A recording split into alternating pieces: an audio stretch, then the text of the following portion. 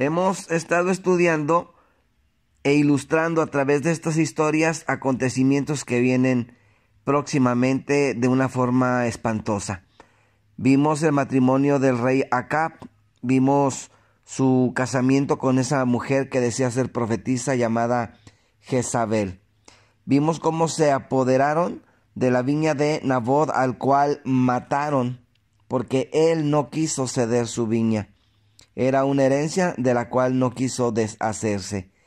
Vemos cómo el rey, el Estado, se une con la iglesia. Jezabel es lo que nos está ilustrando esta pareja, y a un hijo de Dios le quieren quitar su herencia. Quieren hacerlo cambiar en su creencia, en sus principios.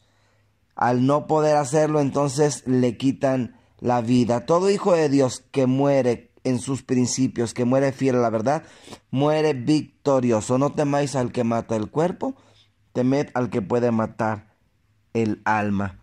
Les recuerdo que trajeron unos falsos testigos que representan el protestantismo apóstata. Vemos aquí una triple alianza, y leo algo que dice: el mensaje dado al hombre para ser proclamado en estos últimos días no se amalgamará con opiniones mundanas. Y bueno, vemos la imagen de Nabucodonosor, precisamente, que nos presenta la historia del conflicto entre el bien y el mal. Y al llegar a los pies vemos el cierre de este drama, de esta historia, y vemos precisamente esto: una amalgamadura, una mezcla de barro con hierro, en parte fuerte, en parte débil. Se mezcla de una forma, ¿cómo decirlo?, superficial, no plena, no total. No se pueden hacer uno solo, no se pueden unir. Dios nos llama a que defendamos los principios, la verdad, y no permitamos que haya una amalgamadura entre la verdad y la mentira.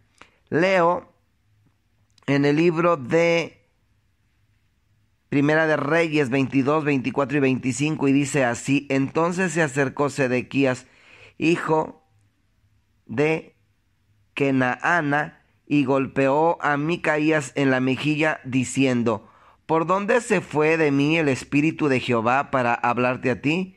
Y Micaías respondió: he aquí, tú lo verás en aquel día, cuando te irás metiendo de aposento en aposento para esconderte.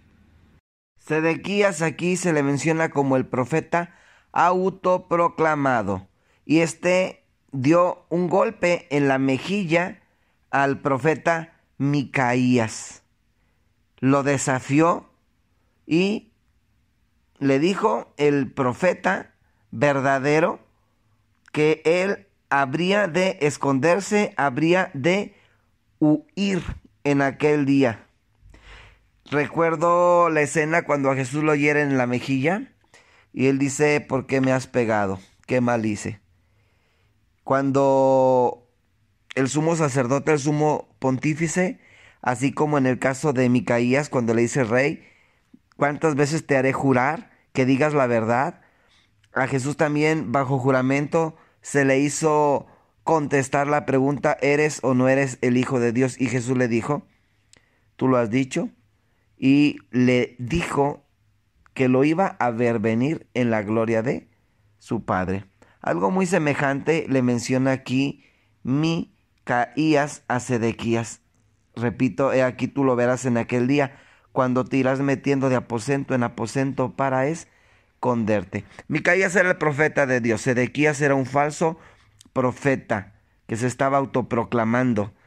Nos acercamos a un tiempo donde se escucharán predicaciones, enseñanzas, filosofías que son encendidas con la tea satánica, mentiras.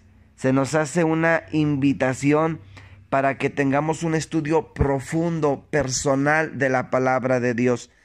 No incurramos en el error de que solamente estemos adquiriendo conocimiento a través de otros, que no tengamos el empeño de tener un estudio personalizado. Debemos compartir unos con otros, respetar a quienes nos presiden, nos dirigen, pero también debemos de aprovechar el privilegio que Dios nos da, la obligación y privilegio de tener un estudio personal con Dios, cavar en la palabra de Dios. Dios quiere reflectores y no solo pensamientos, quiere pensadores y no solo reflectores de los pensamientos de otros. Habrá doctrinas engañosas, incluyendo el asunto del santuario. Y yo hago mucho hincapié en la humanidad de nuestro Señor Jesucristo. Es un punto muy delicado, muy interesante, y les voy a decir algo rápido con respecto al santuario. La Biblia dice, hay una profecía que dice que su cuerpo no conocería corrupción. Y en el tema del santuario, leemos que a la mitad de la semana habría de morir el Cristo, habría de hacer cesar el sacrificio, y al morir, dice la profecía que su cuerpo no conocería corrupción. Quiero hablar de 3 corrupciones que abarca esta profecía. No conocería la corrupción, su cuerpo, es decir, no conocería el pecado. Había una profecía, esta que estamos mencionando, que decía que Él, aunque viniera y tomara una naturaleza humana, una naturaleza pecaminosa, no conocería el pecado. Es decir, su cuerpo no practicaría el pecado, vencería el pecado. Número 2, no conocería corrupción porque Jesús, al morir, su cuerpo no entraría en descomposición.